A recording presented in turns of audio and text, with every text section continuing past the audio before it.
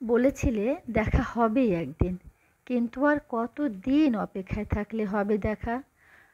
বলেছিলে এখন বড্ড গরম, বের হলেই ঘেমে ভিজে হয়ে যাবে একাকার।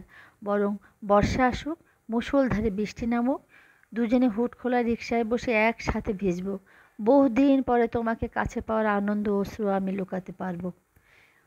টিপ টিপ করা থেকে একসময় মুষলধারে বৃষ্টি নামলো। জলে একাকার হয়ে গেল চারদিক। গাছগুলো আনন্দে সবুজ রং ধারণ করলো।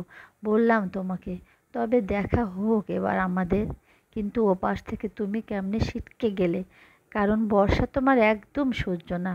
এক ফোঁটা পানি পড়লেই নাকি কাঁপুনি দিয়ে জ্বর আসে। বরং শরতের আগমনী বাট আসুক, দেখা হবে আমাদের, কথা দিলে। সত্যি সত্যি কদিন পর মেঘরাজ দল বেঁধে ভেসে বেড়ায় আকাশে, নদীর ধারে কাশের বন উঠে হেসে। কিন্তু তোমার ব্যস্ততা পুজোর বারোয়ারি নিয়ে। বললে পুজো শেষ হোক, দেখা হবেই আমাদের। কিন্তু হলো না দেখা আমাদের। আমি অপেক্ষা করি, চারদিকে ফসলের মাঠ দেখি। মনে পড়ে কত যে এভাবে ধান খেতে লুকিয়ে রেখে কাঁদিয়েছি তোমাকে। না, আর কাঁদবো না। তাই আবারও বলি, দেখা হোক আমাদের। এবারও তুমি বলো, হবেই তো দেখা, কদিন অপেক্ষা করো। বাড়িতে নবান্ন উৎসব, আমি কিভাবে বের হই?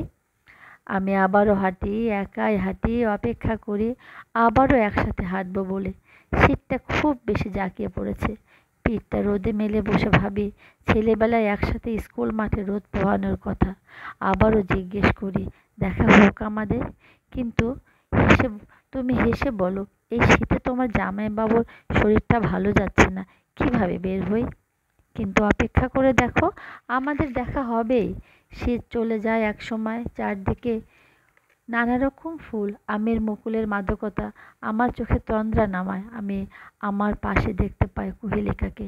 কোকিল ডেকে ওঠে, চমকে উঠে আমি, কোথাও কেউ নাই। এভাবেই এক বসন্ত আমাদের করে দিল বিচ্ছিন্ন। এভাবেই 40টা বসন্ত পার করে আমি অপেক্ষায় আছি। একে একে ঋতু যায়, ঋতু আসে, কিন্তু দেখা হয় না আমাদের।